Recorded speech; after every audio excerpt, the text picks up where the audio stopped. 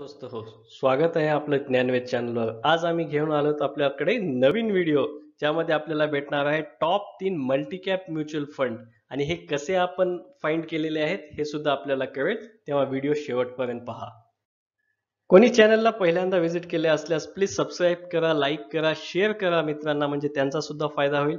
Bell icon दाबा म्हणजे आपल्याला नवीन नवीन व्हिडिओचे नोटिफिकेशन्स येत राहतील. चॅनलवर तुम्ही आमचे काही जुने व्हिडिओज पाहिले असतील. आम्ही कव्हर केलेला आहे large cap fund, mid cap fund, small cap funds. आता आज आपण पाहणार आहोत असा मल्टी कॅप फंड ज्याच्यामध्ये आपल्याला ह्या तिन्ही फंडचे फायदे एकाच मध्ये भेटणार आहेत. म्हणजे तीन चवी किंवा तीन फ्लेवर्स एकाच म्युच्युअल फंड मध्ये आपल्याला भेटू शकते.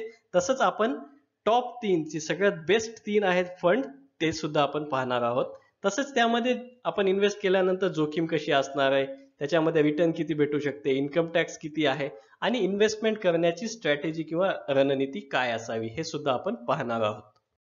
यामध्ये जे तीन प्रकारचे फंड आपण पाहणार आहे त्याच्यामध्ये पहिला प्रकार जो आहे लार्ज कॅप, ज्याच्यामध्ये जास्तीत जास्त आपली इन्व्हेस्टमेंट असते. तर ही काय असते, तर जे मोठे भांडवल असणाऱ्या कंपन्या आहेत त्यांच्यामध्येच हे फंड इन्व्हेस्ट करतात. जे अशा कंपन्या असतात ज्यांची रँक टॉप 100 मध्ये असेल, ह्या कंपन्या बाकीच्या स्टॉक्स पेक्षा चांगल्या स्थिर असतात. पण काही झालं तरी हे शेअरच आहेत आणि इक्विटी मार्केटची रिस्क याच्यामध्ये सुद्धा अप्लिकेबल आहे. आता नेक्स्ट कॅटेगरी जी आहे ती मिड कॅप फंडाची. याच्यामध्ये सुद्धा मल्टी कॅपची इन्व्हेस्टमेंट असते. तर हे फंड कशामध्ये इन्व्हेस्ट करतात, हे मिड साईजच्या म्हणजे मध्यम आकाराच्या कंपन्या ज्या असतात, ज्यांची रँक जी असते यादीमध्ये ती 101 ते 250 याच्या दरम्यान असते. ह्या कंपन्यामध्ये जी वोलाटायलिटी किंवा अस्थिरता असते ही थोडीशी जास्त असते लार्ज कॅप पेक्षा. पण यांच्यामध्ये क्षमता काय असते, चांगली वाढ होण्याची आणि चांगले रिटर्न देण्याची क्षमता असते. त्यामुळे काय होते, आता वाढ तर देऊ शकतो पण याच्यामध्ये जोखीम सुद्धा जास्त आपल्याला घ्यावंच लागते. आता नेक्स्ट कॅटेगरी जी आहे ती स्मॉल कॅप. याच्यामध्ये सुद्धा मल्टी कॅप फंड इन्व्हेस्ट करतात. तर हे कोणते स्टॉक्स असतात इन्व्हेस्ट करण्यासाठी, लहान आकाराच्या कंपन्या असतात ज्या लिस्टेड असतात. तर म्हणजे 250 टॉप 250 जे आहेत कंपन्या त्यांच्यापेक्षाही खालच्या. याच्यामध्ये होते काय, जी अस्थिरता असते मार्केटमध्ये ही खूपच जास्त असते इथं. पण छोटी साईज असल्यामुळे काय होते, त्यांना वाढीची सुद्धा खूप चान्सेस असतात. त्यामुळे जोखीम जास्त आहे पण वाढीची सुद्धा क्षमता आहे. म्हणजे लॉंग टर्म मध्ये आपण जर पाहायला गेलं तर स्मॉल कॅप फंड आपल्याला जास्त रिटर्न देण्याची क्षमता ठेवतात. तर आपण पाहिलं की मल्टी कॅप फंड मध्ये आता आपल्याला माहित आहे की लार्ज कॅप, मिड कॅप आणि स्मॉल कॅप मध्ये इन्व्हेस्टमेंट केली जाते. पण ही किती रेशो आहे का, तर आधी जे मल्टी कॅप फंड होते त्याच्यामध्ये आपण बरेचसे फंड्स आपण जर लक्ष ठेवलं असेल तर मागच्या काही वर्षामध्ये काही महिन्यांमध्ये ते मर्ज झालेत फ्लेक्सी कॅप मध्ये. तर फ्लेक्सी कॅप हे फंड कसे असतात, हे सुद्धा इन्व्हेस्ट करतात या तिन्ही मध्ये, लार्ज कॅप, मिड कॅप आणि स्मॉल कॅप मध्ये. पण कंडिशन काय, फक्त एकच कंडिशन आहे, तुमची टोटल स्टॉक्स मधली किंवा इक्विटी मधली इन्व्हेस्टमेंट 65% जास्त असली पाहिजे. हीच एक कंडिशन आहे. तुम्ही लार्ज कॅप मध्ये किती, मिड कॅप मध्ये, स्मॉल कॅप मध्ये किती टाकणार याचा काही अर्थ म्हणजे याचा काही ताळेबंद नाहीये. आता मल्टी कॅप मध्ये ही कंडिशन आहे. इथं कशी आहे बघू शकता आपण. याच्यामध्ये कमीत कमी 25% हे प्रत्येक कॅटेगरी मध्ये टाकली पाहिजे. म्हणजे large cap, mid cap, small cap मध्ये 25 25 25 म्हणजे मिनिमम किती झाली, 75% तुमची जी इन्व्हेस्टमेंट आहे ती स्टॉक मार्केट मध्येच असणार. आणि कमीत कमी 25% म्हणजे जोखीम आहे ती इथं वाढलेली आहे. आणि बाकीचे राहिलेले जे 25% आहेत ते फ्लेक्सिबल आहे. म्हणजे त्यांना जिथे वाटेल फंड मॅनेजरला तिथे टाकू शकतो. हे कशात टाकू शकतात, कोणत्याही large cap, mid cap, small cap मध्ये तर टाकूच शकतात. काही लोक त्याच्यात डेट मध्ये सुद्धा टाकू शकतात 25% राहिलेलं. मग इथं फायदा काय होतो आपल्याला, की आपल्याला लॉंग टर्म मध्ये चांगले रिटर्न भेटू शकतात. पण शॉर्ट टर्म मध्ये जर पाहिलं तर इथं वोलाटिलिटी किंवा अस्थिरता खूप जास्त असू शकते. मल्टी कॅपचा आपल्याला काय फायदा होऊ शकतो, एक तर आहे असेट अलोकेशन. आपल्याला काय व्हायला, तिन्ही याच्यामध्ये आपल्याला डिस्ट्रीब्यूट झालेला आहे. म्हणजे याच्यामध्ये एक इंडेक्स वापरला जातो, बेंचमार्क. कोणत्याही म्युच्युअल फंडासाठी एक बेंचमार्क इंडेक्स असतो. याच्यासाठी कोणता आहे, जो निफ्टी 500चा जो मल्टी कॅपचा इंडेक्स त्यांनी बनवलेला आहे 50 25 25 ह्या रेशो मध्ये, तो याचा बेंचमार्क. मग आपण काय करायचं, ह्या बेंचमार्कचा परफॉर्मन्स पाहायचा आणि आपल्या फंडचा परफॉर्मन्स पाहायचा. नंतर ठरवायचं की आपला फंड त्याच्यापेक्षा चांगला आहे की नाही. तसंच याच्यामध्ये रिस्क तर आहे. त्याच्यामध्ये किती कालावधीमध्ये टाकायचे आपल्याला हे सुद्धा आपल्याला पाहावं लागेल आणि रिटर्न किती आपण एक्सपेक्ट करणार आहोत. आता मल्टी कॅप फंडामध्ये आपल्याला कोणते कोणते पर्याय आहेत, तर पर्याय पाहताना आमच्या लक्षात आलं काही फंड्स आपल्या पुढे दिलेले आहेत. आपण पाहू शकता काही फंड याच्यामध्ये नाही आहेत. कसं काय? SBIचा मल्टी कॅप फंड इथं दिसत नाहीये, HDFCचा नाही, DSPचा नाही, असं बऱ्याच कंपन्यांचा नाहीये. कारण त्यांचे मल्टी कॅप फंड सध्या अस्तित्वात नाहीच आहेत.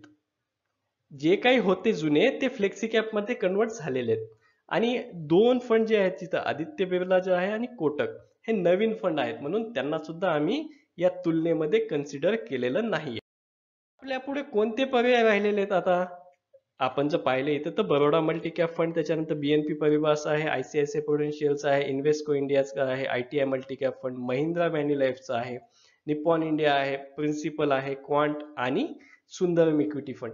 हे फंड आपल्यासाठी उपलब्ध आहेत टॉप फंड फाइंड करण्यासाठी.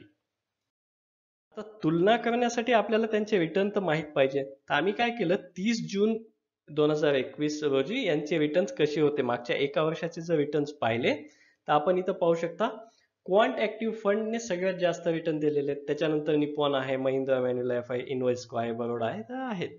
याच्यामध्ये हिरव्या रंगाचा दिसतोय रकाना क्वांट ऍक्टिव्ह फंड. त्याला का आम्ही हायलाइट केलं, कारण त्याने ह्या इंडेक्स पेक्षाही जास्त रिटर्न दिलेत. म्हणजे त्याला आपण नॉर्मली इंग्लिशमध्ये म्हणतो आउट परफॉर्म केलं. आता एकाच वर्षाचा रिटर्न आपल्याला पाहायचा का? तसं त्याच्यानंतर आम्ही 3 वर्षाचे रिटर्न सुद्धा पाहिलेत. याच्यामध्ये काय आढळलं, इथे दोन फंड आपल्याला भेटले ज्यांनी इंडेक्सला सुद्धा आउट परफॉर्म केलं, म्हणजे इंडेक्स पेक्षा जास्त रिटर्न आपल्याला दिले आहेत. कोणी? क्वांट ऍक्टिव्ह फंड आणि महिंद्रा मॅन्युलाइफ. पाहायचं का आता? तसं नाही. 5 वर्षाचं सुद्धा जेव्हा कंपॅरिझन केलं तेव्हा आपल्याला काय दिसलं, क्वांट ऍक्टिव्ह फंड पुन्हा एकदा पहिल्या नंबरवर आणि 2 नंबरवर आता आलेला आहे principal multi cap growth fund. बाकीचे सुद्धा आहेत. काही फंडच्या पुढे आपल्याला रिटर्न दिसणार नाही, कारण ते त्या वर्षी किंवा 5 वर्षापूर्वी अस्तित्वातच नव्हते, म्हणून त्याचे रिटर्न्स आपल्याला काही अवेलेबल नाही. आणखी लॉंग टर्म मध्ये इन्व्हेस्टमेंट केलं, कारण इक्विटी आहे, आम्ही इक्विटीमध्ये नेहमी सांगतो आपल्याला की लॉंग टर्म इन्व्हेस्ट करा, तेव्हाच आपल्या फायद्याचं राहील. जेव्हा आपण पाहिले इथं 4 फंड असे दिसले ज्यांनी इंडेक्स पेक्षाही आपल्याला जास्त रिटर्न दिले. म्हणजे काय एकंदर दिसतंय, यांची क्षमता जी आहे ती थोडीफार इंडेक्स पेक्षा जास्त परफॉर्म करण्याची दिसते. म्हणजे पॉसिबिलिटी काय आहे फ्युचरसाठी की इथं जास्त रिटर्न भेटू शकतं, ही गॅरंटी नाही. त्याच्यानंतर AUM म्हणजे काय असतं, त्यांच्याकडे किती पैसा उपलब्ध आहे इन्व्हेस्ट करण्यासाठी.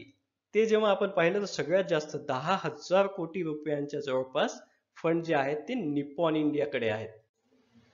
त्याच्यानंतर काय दिसलं आपल्याला, ICICI प्रुडेन्शियलचा फंड आहे, इन्व्हेस्कोचा फंड आहे, असे ITI मल्टी कॅप सगळ्यात कमी, जवळपास 260 कोटीच फक्त एवढे पैसे त्यांच्याकडे असलेले दिसतात. त्याच्यानंतर एक्सपेन्स रेशो मध्ये काय होतं, एक्सपेन्स रेशो जितका जास्त तितका रिटर्न आपले कमी होण्याचे जास्त चान्सेस असतात. पण याचा अर्थ हे नाही की ते फंड वाईट होतात. कारण आम्ही एक कंपॅरिझन जेव्हा केलंय तेव्हा पाहिलं की निप्पॉनचा जो आहे रेग्युलर फंड मधला जो एक्सपेन्स रेशो तो सर्वात कमी आहे. त्याच्यानंतर ICICIचा आहे, आदित्य बिर्लाचा आहे. आता त्याच्यानंतर आपण डायरेक्ट ऑप्शन पाहिलं. ऑप्शनचा सुद्धा आपला एक व्हिडिओ चॅनलवर आहे, तो आपण पाहू शकता की आपला किती जास्त फायदा होऊ शकतो आणि कसा.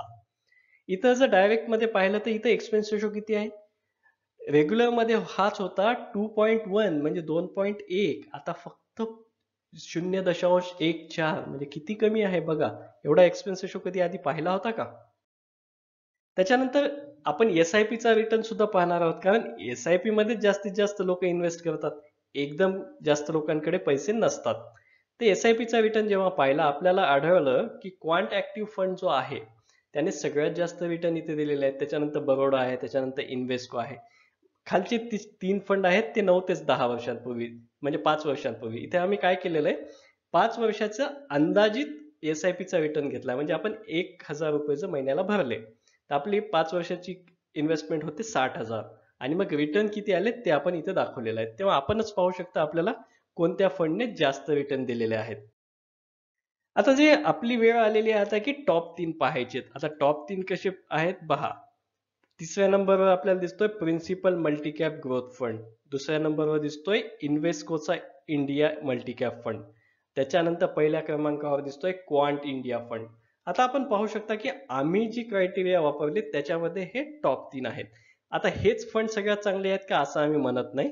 कारण फ्युचरमध्ये किंवा भविष्यामध्ये काय होईल हे आपल्याला मागे पाहून सांगता येत. आता ह्या 3 फंडचं कंपॅरिझन किंवा तुलना पाहू आपण. तर इथं आपल्याला काय आढळतं यांचा 1 वर्ष, 3 वर्ष, 5 वर्ष सगळं आहे. AUM सुद्धा किती आहे हे पाहू आपण. SIPचे रिटर्न किती दिसतायत. याच्यात टोटल एक्सपेन्स रेशो रेग्युलरचा किती आहे आणि डायरेक्टचा किती हे सुद्धा आपण पाहू शकता. वाटलं तर व्हिडिओ थोडासा पॉज करा म्हणजे आपल्याला पाहता येईल किंवा मग पुन्हा सुद्धा आपण रिवाइंड करू शकता. आता याच्यावर इन्कम टॅक्स किती लागतो? आता हा इक्विटी टाईपचा फंड आहे. म्हणजे याच्यामध्ये एका वर्षाच्या आधी जर आपल्याला रिडीम केलं तर 15% आपल्याला प्रॉफिटवर टॅक्स लागतो आणि काही ॲडिशनल सेस लागतात. जर लाँग टर्म असेल, एका वर्षापेक्षा जास्त असेल तर 10% आणि सेस. पण त्याच्यावर एक फायदा होऊ शकतो की आपल्याला 1 लाखापर्यंतचं जो उत्पन्न आहे प्रॉफिट याच्यामधून इक्विटीमधून त्याच्यावर आपल्याला एक्झेम्पशन भेटू शकतं. टॅक्सवरचा आमचा व्हिडिओ आपण चॅनलवर पाहू शकता. आता जर आपल्याला असेल तर याच्यामध्ये स्ट्रॅटेजी काय वापरली पाहिजे? पहिल्यांदा आपली रिस्क ॲबिलिटी किंवा जोखीम किती घेऊ शकतो आपण हे आधी पहा. त्याच्यानंतर स्वतःचं रिसर्च किंवा संशोधन करा किंवा मग जे प्रोफेशनल ॲडवायझर्स असतात, सल्लागार असतात त्यांचा आपण सल्ला घेऊ शकतो. एक्सपेन्स रेशो किती आहे फंडचा ते सुद्धा आपल्याला नजर ठेवत जा नेहमी. त्याच्यानंतर किती कालावधीसाठी करायचं हे आपल्या रिस्क नुसार आहे. जास्तीत जास्त कालावधीसाठी जर आपण इन्व्हेस्ट केलं तर जास्त चांगलं. जसं 5 वर्ष, 10 वर्ष, 15 वर्ष, 20 वर्ष असेल तर हे फंड फार चांगले रिटर्न आपल्याला भविष्यात देऊ शकतात. SIP आम्हाला वाटतं की सगळ्यात चांगली मोड आहे. त्याच्यानंतर कोणत्याही फंडमध्ये इन्व्हेस्ट करण्याच्या आधी त्याच्यावर टॅक्स किती लागतो हे सुद्धा आपण पाहिलं पाहिजे.